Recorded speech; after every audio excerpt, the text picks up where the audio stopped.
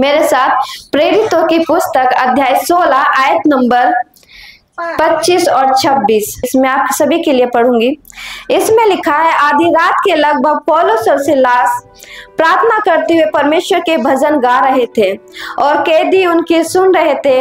इतने में एकाएक बड़ा भूकंप आया, यहाँ तक कि बंदीगृह की नींव हिल गए और तुरंत सब द्वार खुल गए और सबके बंधन खुल पड़े। आमेन, हालेलुया। मैं आज आपको बताना चाहूंगी कि परमेश्वर का अभिषेक कैसे आता है। हालेलुया। आपको बताएं, पहला पॉइंट है आराधना के द्वारा परमेश्वर का सामर्थ्य अभिषेक हमारे ऊपर आता है। आमेन, हालेलुया। जो वचन अभी पढ़ा है प्रेरितों की पुस्तक अध्याय 16 आयत नंबर 25 और 26, उसमें क्या लिखा है? आधी रात के लगभग पौलुस और सिलास प्रार्थना कर रहे थे। और पौलुस और सिलास एक व्यक्ति थे, मैं उनके बारे में बताना चाहूंगी। उन्हें बंदी गृह में डाल दिया था, उससे पहले उनको मारा पीटा गया था, उनके वस्त्रों को उतार कर। हालेलुया। एक व्यक्ति उसको मार पीट कर जेल में डाल दिया जाए, वो तो अपनी परेशानियों के कारण क्या परमेश्वर की महिमा करेगा? उनको तो दर्द हो रहा होगा ना, तकलीफ हो रही होगी कि हम तो इतने पिटे, हमारे इतने कोड़े लगे, इतनी बेंतें लगी हैं। उस समय बेंतें लगती थी, कोड़े लगते थे। हालेलुया। तो वो बेंत पौलुस और सिलास को लगी थी, उनके वस्त्र उतार कर तब उनको बेंत मारी गई थी, लेकिन उनकी चमड़ी लाल हो चुकी थी। हालेलुया, वो बेंत मारने के द्वारा। लेकिन मैं आपको बताऊं, वो परमेश्वर के जन, परमेश्वर से प्रेम करने वाले लोग थे। हालेलुया। जब उनके बेंतें लगी थी, झूठे अपराध में उनको जेल में डाल दिया गया था। तो मैं आपको बताऊं, वचन कहता है कि आधी रात के लगभग पौलुस और सिलास क्या कर रहे थे? परमेश्वर की आराधना कर रहे थे। हालेलुया।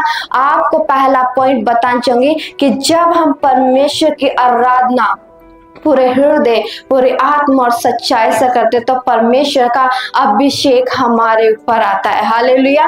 क्योंकि परमेश्वर का वचन भी कहता है कि मेरी आराधना करने वाले कैसे हो? आत्मा और सच्चाई से। और वही पौलुस और सिलास कर रहे थे परमेश्वर की आराधना। इस परिस्थिति में भी, इतनी तकलीफ में भी होकर उन्होंने परमेश्वर की आराधना करनी नहीं छोड़ी। आधी रात के लगभग उठ के क्या कर रहे थे? परमेश्वर की आराधना कर रहे थे। और आगे वचन क्या कहता है? पौलुस और सिलास प्रार्थना करते हुए परमेश्वर के भजन गा रहे थे और कैदी उनकी सुन रहे थे। अब आप देख सकते हो, पौलुस और सिलास आधी रात में उठकर बैठ गए और क्या कर रहे हैं? भजन गा रहे हैं, स्तुति गा रहे हैं, परमेश्वर को धन्यवाद दे रहे हैं, उसके नाम की महिमा कर रहे हैं, ऐसी परिस्थिति में भी होकर। हालेलुया। तो क्या कर रहे? जो वो परमेश्वर की आराधना स्तुति कर रहे हैं, तो बाकी जो और लोग भी थे और कैदी भी थे, वो उनकी सुन रहे थे। हालेलुया। आगे क्या लिखा है? इतने में एकाएक एक बड़ा भूकंप आया, यहाँ तक कि बंदीगृह की नींव हिल गई और तुरंत सब द्वार खुल गए और सबके बंधन खुल पड़े। आमेन, हालेलुया। जब आप आराधना पूरी आत्मा और सच्चाई के साथ करते हो तो परमेश्वर का अभिषेक, उसका सामर्थ्य जब आपके ऊपर आता है तो आप किसी बंधन में क्यों ना हो, चाहे आप कर्जे के बंधन में हो, बीमारी के बंधन में हो, हालेलुया, चाहे आप दुष्ट आत्मा के बंधन में हो, जब वो अभिषेक आता है, उस अभिषेक के सामर्थ्य के द्वारा हर एक बंधन खुल जाता है। आमेन, हालेलुया। पौलुस और सिलास उस बंदी गृह में बैठकर परमेश्वर की महिमा, उसकी आराधना कर रहे थे। और जब ऐसा कर रहे थे तो क्या वचन क्या कह रहा है? कि तुरंत सब द्वार खुल गए और उनके सब बंधन खुल पड़े। हालेलुया। वो आजाद हो गए, क्योंकि उनको जकड़ रखा था जंजीरों में। लेकिन जब परमेश्वर का दूत आया, उसका सामर्थ्य आया, तो वो जंजीरें भी टूट पड़े। हालेलुया। मैं आज मेरे प्रियो में आप सभी को यही बताना चाहूंगी कि परमेश्वर की जब आराधना करते हो, क्योंकि परमेश्वर को आराधना चढ़ानी बहुत जरूरी है। हालेलुया। जिससे हम प्रेम करते हैं, उसको प्रसन्न करने के लिए हम कुछ भी कर जाते हैं। हालेलुया। वही था कि पौलुस और सिलास क्या कर रहे थे? परमेश्वर की महिमा कर रहे थे। हालेलुया। और परमेश्वर इस बात से बहुत आनंदित होता है, जब हम उसकी महिमा करते हैं वो खुश होता है। हालेलुया। वो खुश होता है और वो इतना खुश होता है कि अपना सिंहासन छोड़कर आपके पास आ जाता है। हालेलुया। और जब उसका सामर्थ्य आपके ऊपर आता है तो आप कैसे भी बंधन में क्यों ना पड़े हो, परमेश्वर उन बंधनों को खोलने की सामर्थ्य रखता है। हालेलुया। क्योंकि जब हम उत्पत्ति की पुस्तक में देखते हैं, उत्पत्ति की पुस्तक अध्याय 6 आयत नंबर 9, उत्पत्ति की पुस्तक अध्याय 6 का 9, उसमें क्या लिखा है? उसमें इस प्रकार लिखा है, नूह की वंशावली यह है, नूह धर्मी पुरुष और अपने समय के लोगों में खरा था और नूह परमेश्वर के साथ साथ चलता रहा। हालेलुया।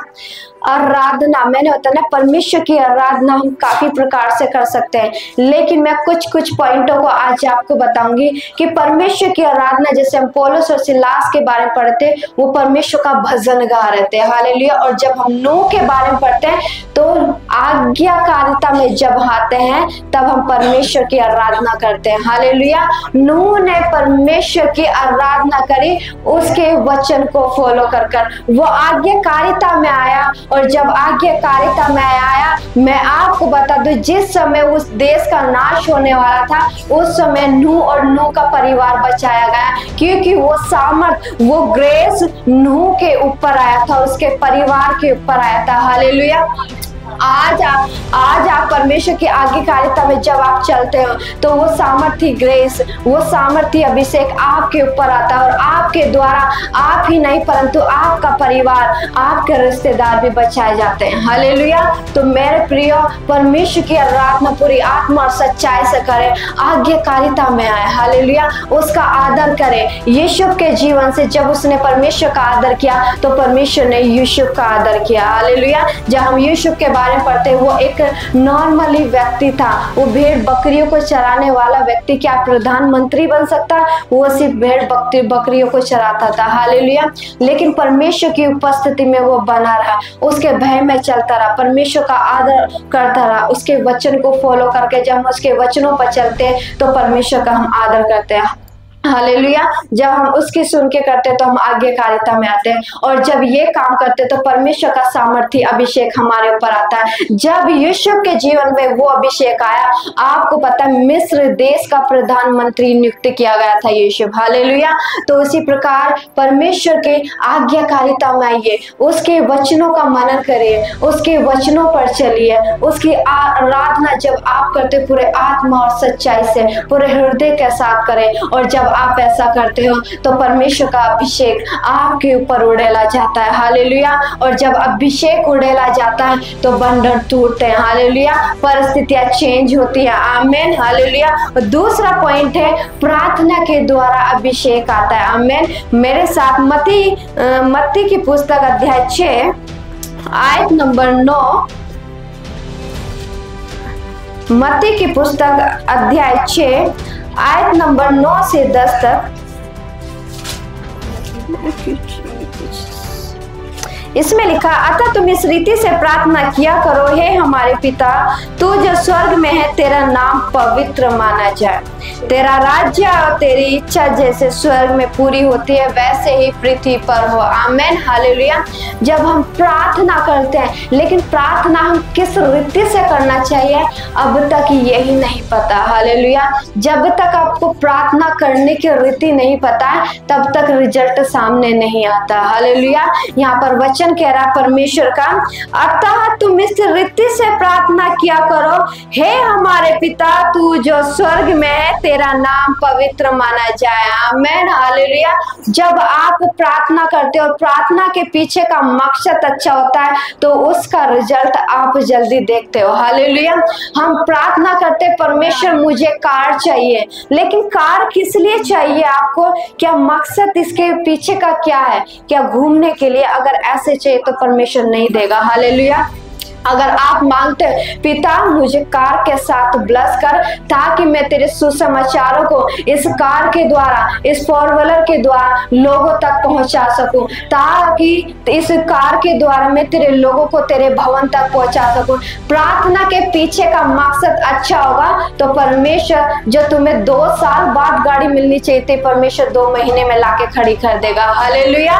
परमेश्वर अद्भुत करने की सामर्थ्य रखता है। और आगे क्या कहता है? परमेश्वर परमेश्वर का वचन, तेरा राज्य आए, तेरी इच्छा जैसे स्वर्ग में पूरी होती है वैसे पृथ्वी पर पूरी हो। हालेलुया।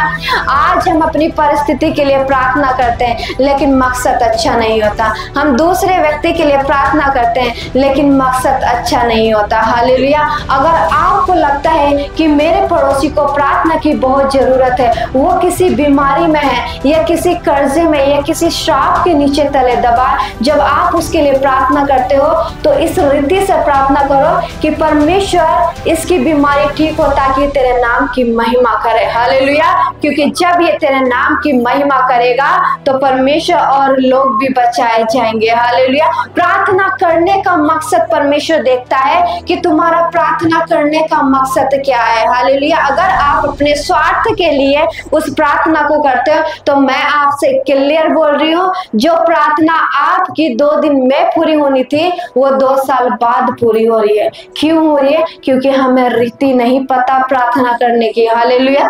हम स्वार्थी होके प्रार्थना करते हैं। आपको पता है, वचन के अनुसार मैं बताऊं, हमारा केस तो होता है बहुत लंबा लेकिन प्रार्थना होती है 5 मिनट की। हालेलुया। आपको पता है, एक वकील जानता है उसके पास जब केस आता है, बड़ा केस होगा तो उसको बहुत मेहनत करनी पड़ती है, उसको रात दिन एक करना पड़ता है। क्यों? उसे प्रूफ इकट्ठे करने पड़ते हैं, उसे सत्य जानना पड़ता है कि आखिर सत्य क्या है, जब मैं केस लड़ूं तो मैं जज के सामने खड़ा हो सकूं। हालेलुया। तो उसी प्रकार अगर आज आपका केस बड़ा है तो आपकी प्रार्थना भी उतनी बड़ी होनी चाहिए। हालेलुया। जब आप ऐसा करते परमेश्वर की महिमा को और उसके ग्रेस को अपने जीवन में होते हुए देखोगे। आमीन। हालेलुया। तो मैं यही बताई थी, जो सेकंड पॉइंट है प्रार्थना करना। जब आप इस रीति से प्रार्थना करते हो कि परमेश्वर की मर्जी पूरी हो, मैं आपको बताऊं वो ग्रेस उसी समय उस व्यक्ति के ऊपर आ जाता है जिसके लिए आप प्रार्थना करते, चाहे अपने लिए कर रहे हो या अपने पड़ोसी के लिए कर रहे हो। जब वो ग्रेस आता है तो प्रार्थना उसी समय सुनी जाती है। हालेलुया। और जब वो उसी समय प्रार्थना सुनी जाती है तो परमेश्वर के नाम की महिमा होती है। और ये सब कैसे होता है? मैं आपको तो परमेश्वर का सामर्थ्य ग्रेस उस समय हमारे ऊपर आ रहा होता है। आप अपने घर में बैठकर अपने पड़ोसी के लिए प्रार्थना करें। आप सोच रहे खाली मैं प्रार्थना करें, आपके ऊपर ग्रेस आ रहा है, आपके पड़ोसी के ऊपर ग्रेस आ रहा है, क्योंकि आप उसका नाम लेकर प्रार्थना कर रहे हो। परमेश्वर का सामर्थ्य अभिषेक उसके ऊपर भी उड़ेला जा रहा है, इसलिए वो चंगाई पा रहा है, इसलिए वो छुटकारे को पा रहा है। हालेलुया। इसलिए उसकी जीवन की परिस्थितियां चेंज हो रही। ये किस लिए होता है? एक प्रार्थना करने के द्वारा। प्रार्थना में इतनी सामर्थ्य मेरे प्रियो। परमेश्वर से जो प्रेम करता है वो प्रार्थना में परमेश्वर से बातचीत करने के लिए बैठेगा। हालेलुया। और प्रार्थना करने का मतलब ये है परमेश्वर से वार्तालाप करना। आमीन। हालेलुया। हम थर्ड पॉइंट में जाएंगे। थर्ड पॉइंट क्या है? उपवास करने के द्वारा अभिषेक उड़ेला जाता है। आमीन। हालेलुया। मत्ती अध्याय 4 आयत नंबर 1 और 2 उसमें लिखा है, अतः तब आत्मा यीशु को जंगल में ले गया ताकि इब्लिस से उसकी परीक्षा हो। आमीन। वह 40 दिन और 40 रात निराहार रहा। तब उसे भूख लगी। तब परखने वाले ने पास आकर उससे कहा, यदि तू परमेश्वर का पुत्र हो तो कह दे ये पत्थर रोटियां बन जाए। आमीन। क्या लिखा है? उपवास करने के द्वारा अभिषेक उड़ेला जाता है। जब प्रभु यीशु मसीह 40 दिन की फास्टिंग में थे, दिन और रात उन्होंने कुछ नहीं कहा, लेकिन परमेश्वर की उपस्थिति में बैठे रहे, तो परमेश्वर का अभिषेक उनके ऊपर उड़ेला गया। हालेलुया। और जब उड़ेला गया तो बाइबल बताती कि इब्लिस से उसकी परीक्षा हुई। आमीन। इब्लिस कौन है? एक शैतान था। शैतान से यीशु मसीह की परीक्षा हुई और उस यीशु मसीह की जब परीक्षा उस परीक्षा से पार कैसे हुए? उस अभिषेक के सामर्थ्य के द्वारा। हालेलुया। जब आप उपवास में बैठते हो परमेश्वर के सम्मुख तो परमेश्वर का अभिषेक आपके ऊपर आता है। और मैं आपको बताऊं, जब प्रभु यीशु मसीह परमेश्वर उस फास्टिंग में से 40 दिन के बाद जब उठा, उसकी परीक्षा हुई, परीक्षा के बाद उस परीक्षा को पार किया तो क्या कहता है वचन क्या कहता है? 11वीं आयत में लिखा, तब शैतान उसके पास से चला गया और देखो स्वर्गदूत स्वर्गदूत आकर उसकी सेवा टहल करने लगे। हालेलुया। आपको बताऊं, वो ग्रेस की सामर्थ्य के द्वारा ही स्वर्गदूत आपकी सेवा टहल करेंगे। हालेलुया। और स्वर्गदूत आए किस लिए थे? ताकि अब इसकी इब्लिस से द्वारा परीक्षा ना हो। हालेलुया। इसीलिए जब आप उपवास करते हो, परमेश्वर के साथ बैठते हो, तो परमेश्वर का ग्रेस आपके ऊपर आता है। हालेलुया। मैंने कहा ना, आपके जीवन की कोई परिस्थिति क्यों ना, उस सामर्थ्य के द्वारा, उस अभिषेक के द्वारा आपकी परिस्थितियां चेंज हो जाती है। हालेलुया। और जब चेंज हो जाती है तो परमेश्वर के दूत आपकी सेवा टहल करने के लिए उपस्थित हो जाते हैं, ताकि मेरी बेटी या मेरे बेटे के जीवन में ये परेशानियां दोबारा ना आए। हालेलुया। तो मेरे प्रियो, उपवास बहुत महत्वपूर्ण है। हालेलुया। पहला आराधना, दूसरा प्रार्थना, तीसरा उपवास। हालेलुया। और चौथा हम पढ़ेंगे संगति करने के द्वारा परमेश्वर का अभिषेक उड़ेला जाता है। आमीन। हालेलुया। प्रेरितों की पुस्तक अध्याय 2 आयत नंबर 1 से लेकर 4 तक। प्रेरितों की पुस्तक अध्याय 2 आयत नंबर 1 से 4 तक। Thank you Jesus. इसमें इस प्रकार लिखा है, जब पेंटेकुस्त का दिन आया तो वे सब एक जगह इकट्ठे थे। एकाका से बड़ी आंधी की सी सनसनाहट का शब्द हुआ और से सारा घर जहां वे बैठे थे गूंज गया, और उन्हें आग की सी जीभ फटती हुई दिखाई दी और उनमें से हर एक पर आ ठहरी।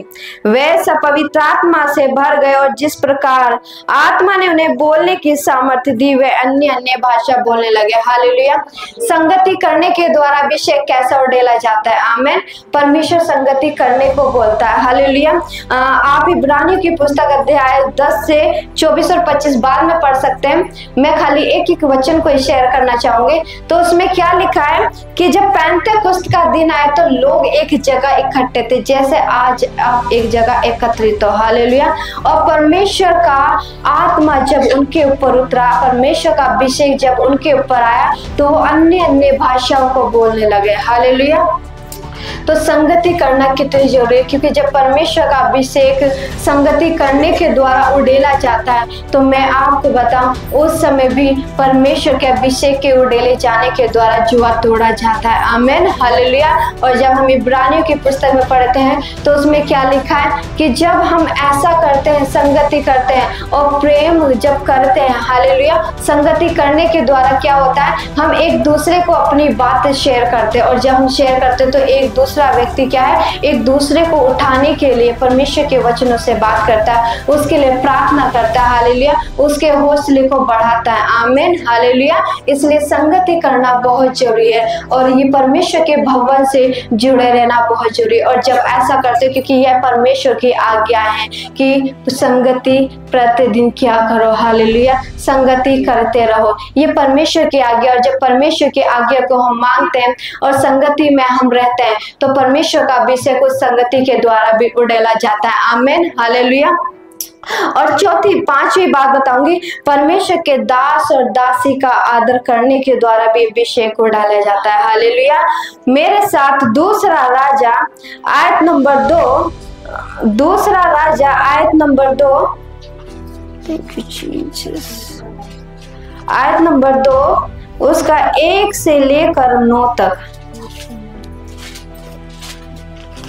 दूसरा राजा आयत नंबर 2 उसका 1 से लेकर 2 तक। जब यहोवा एलिय्याह को बवंडर के द्वारा स्वर्ग पर उठा लेने पर था, तब एलिय्याह और एलीशा दोनों संग संग गिलगाल से चले। एलिय्याह ने एलीशा से कहा, यहोवा मुझे बेतेल तक भेजता है, इसलिए तू यही ठहरा रहे। एलीशा ने कहा, यहोवा के और तेरे जीवन की शपथ, मैं तुझे नहीं छोड़ने का। इसलिए वे बेतेल को चले गए और बेतेल वासी भविष्यवक्ताओं के चेले एलीशा के पास आकर कहने लगे, क्या तुझे मालूम है कि आज यहोवा तेरे स्वामी को तेरे ऊपर से उठा लेने पर है?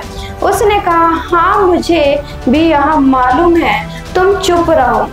एलिय्याह ने उससे कहा, हे एलीशा, यहोवा मुझे यरीहो को भेजता है, इसलिए तू यही ठहरा रहे। उसने कहा, यहोवा के और तेरे जीवन की शपथ, मैं तुझे नहीं छोड़ने का।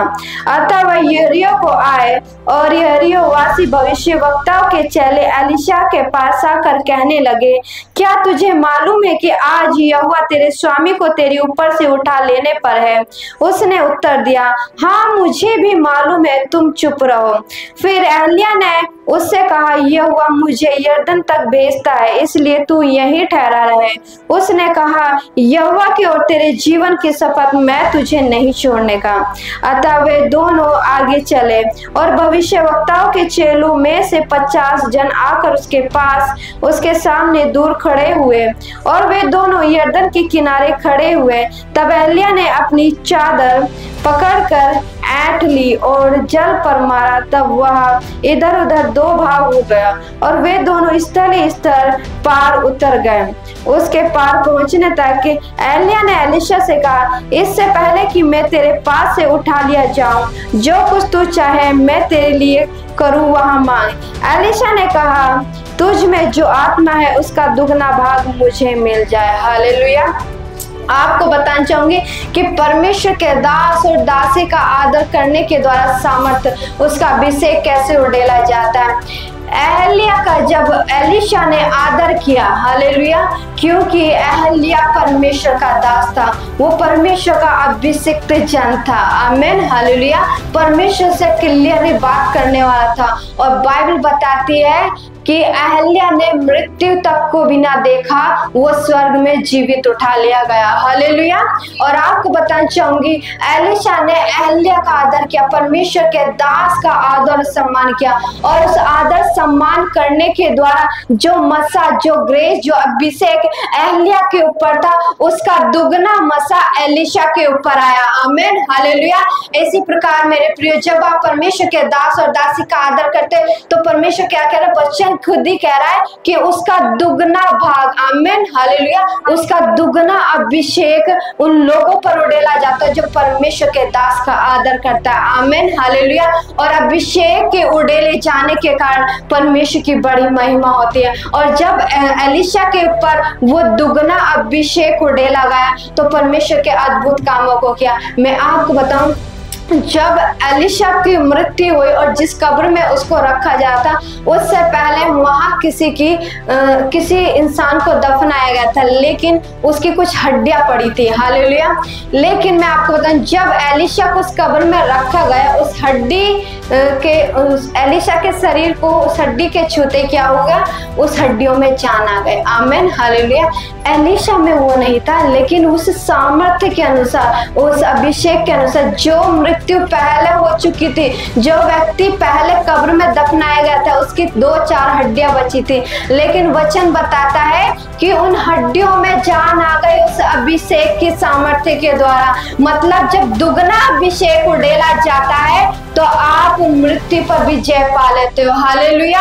आप मृत्यु को भी जिलाने की सामर्थ्य रखते हो। आमीन, हालेलुया। इसलिए मेरे प्रियो, आज मैं यही कहूंगी कि परमेश्वर के वचन का आदर करें, उसका सम्मान करें, संगति में बने रहे, उसकी आत्मा और सच्चाई से आराधना करें। हालेलुया। उसके साथ जब आप प्रार्थना करने के लिए बैठते हो, पूरे हृदय के साथ अपने आप को समर्पण करें, उपवास करें। हालेलुया। वचन कहता है कुछ जातियां ऐसी होती है जो बिना उपवास और बिना प्रार्थना के नहीं जाती। हालेलुया। मतलब कुछ परेशानियां हमारे जीवन में ऐसी होती है जो बिना उपवास और बिना प्रार्थना के नहीं जाती, इसलिए प्रार्थना करनी बहुत जरूरी है। और जब आप उपवास करते हो तो वो सामर्थ्य अभिषेक भी आपके ऊपर उड़ेला जाता है। हालेलुया। और संगति नित्य क्या करो, परमेश्वर का वचन इस बोलता भी संगति करने के लिए कि परमेश्वर के भवन से भी जुड़े रहो और एक दूसरे से संगति करते रहो। हालेलुया। संगति करने के द्वारा परमेश्वर का अभिषेक उड़ेला जाता है और परमेश्वर के दास और दासी का आदर करने के द्वारा भी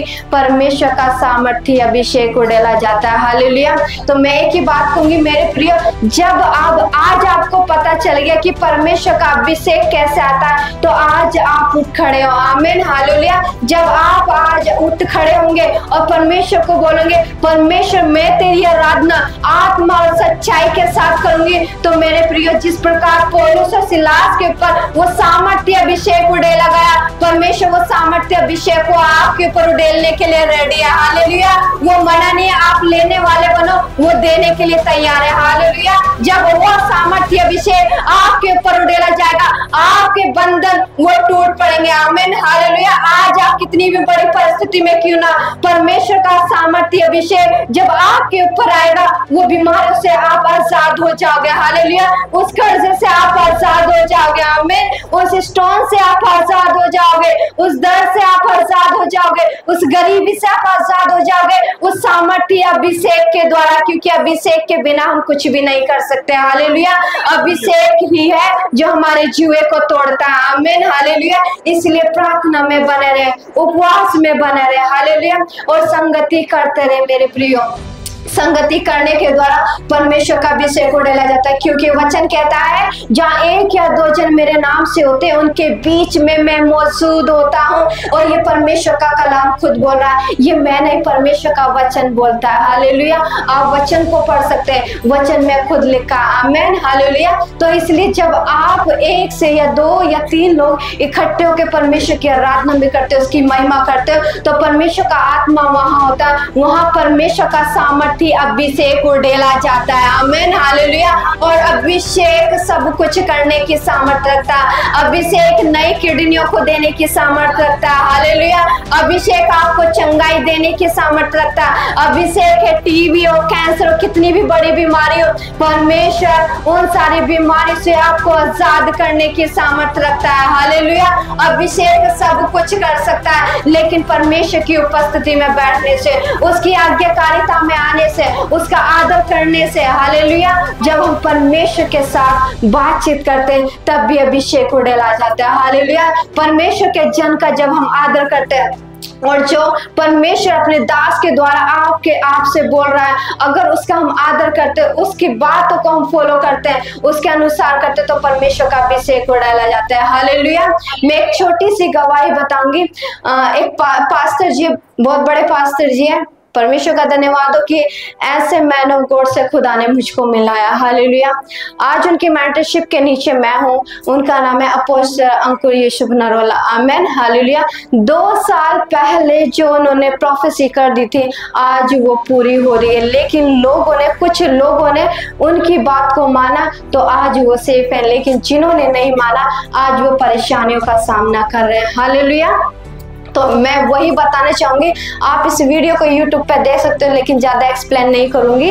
तो इसीलिए मैं आपसे कह रही, परमेश्वर का दास आपसे जो भी बातों को बोलता है उसको यूं ही ना लें, क्योंकि परमेश्वर आपके जीवन में कुछ अद्भुत करने जा रहा है। आमीन हालेलुया। इसलिए परमेश्वर के जन का आदर करें। हालेलुया। उसका आदर जब आप करते हो तो दुगना मसा, परमेश्वर ये नहीं कह रहा कि जो उसके पास था वही आपको देगा, नहीं, उसका दुगना, उसका डबल मसा आपको देगा परमेश्वर। आमीन हालेलुया। और जब डबल मसा आपके ऊपर आता है, डबल मसे का मतलब है परमेश्वर का सामर्थ्य अभिषेक। आपको पता है, आप जहां खड़े होगे वहां के जीवन बदल जाएंगे। आमीन हालेलुया। वो शहर बदल जाएगा। हालेलुया। अगर किसी बीमार के ऊपर हाथ रखोगे, उसी समय वो बीमारी ठीक हो जाएगी। आमीन हालेलुया। एलिशा के जीवन में परमेश्वर ने अद्भुत काम किया। आप अगर एलिशा के बारे में पढ़ना चाहते हो तो दूसरा राजा आप पढ़ सकते हो। हालेलुया। पहले राजा आप पढ़ सकते हो कि कैसे परमेश्वर ने अपने दास को किस तरीके से उसने यूज किया। हालेलुया। दुगने मसे के साथ मसा किया था एलिशा का। आमीन हालेलुया। तो मेरे प्रियो, परमेश्वर के भवन से जुड़े रहे। परमेश्वर पे जब आज आपने विश्वास किया, तो मैं आपसे कह रही हूँ, परमेश्वर आपके विश्वास के अनुसार आपके जीवन में अद्भुत कामों को करेगा। आमीन हालेलुया। आपकी परिस्थिति आज क्यों ना, आज आप रोते हुए आए, मैं यहाँ परमेश्वर के प्रेजेंस में होके बोल रही हूँ, आप हंसते हंसते यहाँ से जाओगे। आमीन, हालेलुया। क्योंकि वो परमेश्वर है जो हमारी निराशाओं में आशा बनता। आप भले से एक व्यक्ति को अपना दुख बता सकते हो, लेकिन समाधान पिता के पास है। आमीन, हालेलुया। वो समाधान, वो रास्ता नहीं निकाल सकता, लेकिन पिता आपको उस परेशानियों से छुड़ाने की सामर्थ्य रखता है। हालेलुया।